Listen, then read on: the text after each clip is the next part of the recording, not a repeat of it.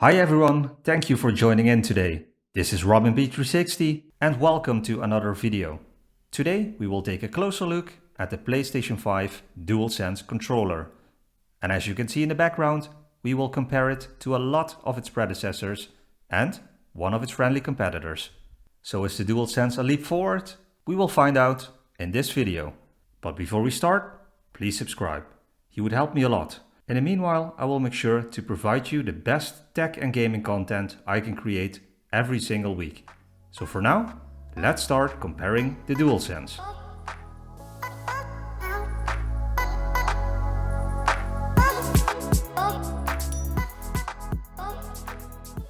To start the comparison, I will take you on a small nostalgic trip into the world of PlayStation.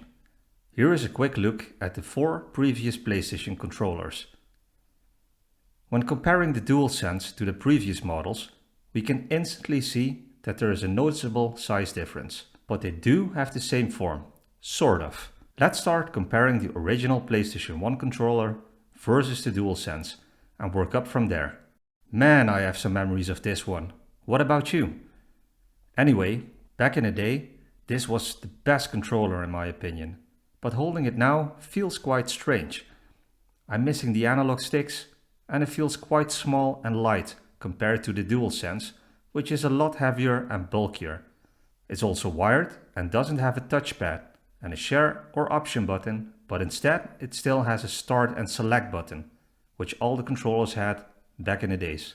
It has a L1 and R1 button instead of triggers as on the DualSense. Furthermore, it has the Sony and PlayStation text and logo on it, as where the DualSense doesn't have it. The controller is grey as the original PlayStation instead of white.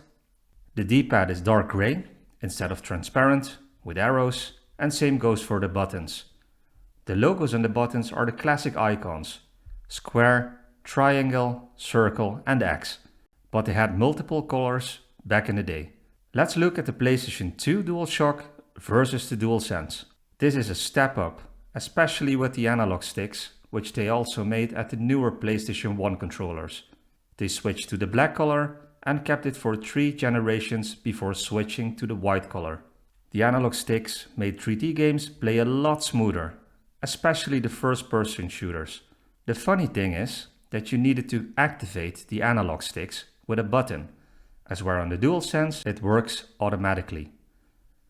It's also wired instead of wireless, and it has different information on the backside.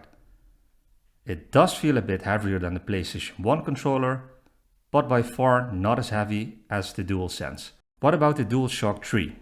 For the first time, the PlayStation controller is wireless, so we can play from a distance, and has a home button.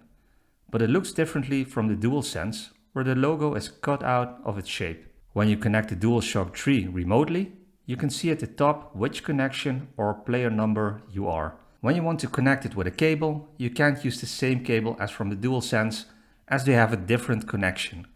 The L1 and R1 buttons finally made it into triggers. About the sticks, they don't have that resistance as the DualSense, and it's still quite light. There's also an indicator to see if you are connected to the console and which controller number you have. And it has a 6-axis text on it, where you can control certain games with motion controls. It's time for the PlayStation 4 DualShock versus the PlayStation 5 DualSense. During the design of the DualShock 4, they must have looked a bit at the Xbox controller in terms of the ergonomic side. It feels a lot heavier and sturdier and overall lies really well in your hands. Also because of the slight size increase. It has a share button to share your content on social media, an option button, which is more of a replacement of the start button, a trackpad, for example to draw stuff in games. It has a light on the back to provide a bit more immersion. For example, when you almost die in a game, it can flash red. It has a small speaker in front to add a bit more sound depth, like voice messages in games, which you can also see on the DualSense. And the analog sticks have a, let's call it, a small dent in it, so you can better rest your thumbs, which is a great improvement, which they kept during the design of the DualSense. About the analog sticks, they have a bit more resistance, which feels a lot better, and you're able to steer or aim more precisely. And this time around, you are able to plug in a headset. For me, the DualShock 4 was an enormous improvement compared to the previous models. The new menu button was also great because it can take you back to the menu quickly. It works a lot faster on the DualSense, but that is mainly due to the hardware of the PlayStation 5. Now it's time to start comparing with the friendly competitor, the Xbox Series X controller versus the PlayStation 5 DualSense. I always loved the Xbox controller. It feels so ergonomic. It feels almost perfect in your hands, but so does the DualSense, which is now slightly bigger than the Xbox controller. Comparing these, it is hard to say which feels better in your hands. It is just a personal preference, which might be influenced on which console you played in the last years. The buttons on the Xbox have letters on it instead of logos and need to be pressed a bit harder, where on the DualSense they feel quite soft. Same goes for the D-pad, which are more clicky on the Xbox than on the DualSense. Comparing the DualSense to the Xbox controller, we can see the difference in color, which is black versus white. But nowadays you can get them in more colors. The analog sticks and the D-pad have a different placement, both have a menu, share and option button, but the DualSense also has a speaker and they both have a microphone. So you don't even need to plug in a headset, but you can if you want to on both the Xbox controller and the PlayStation DualSense.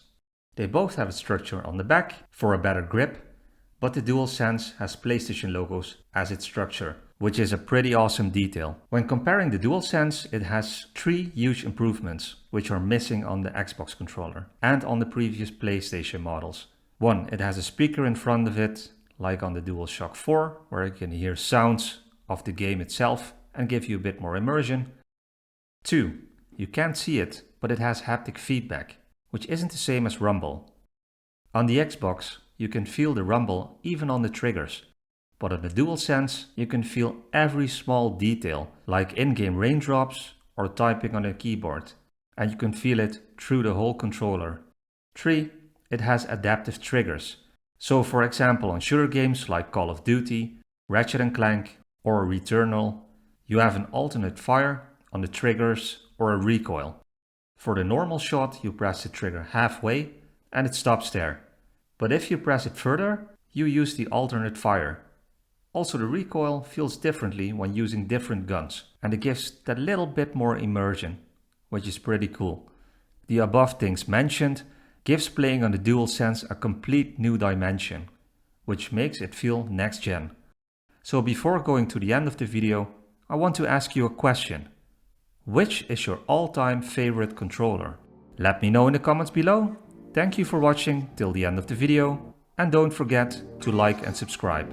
Thanks again, and I hope to see you on the next video.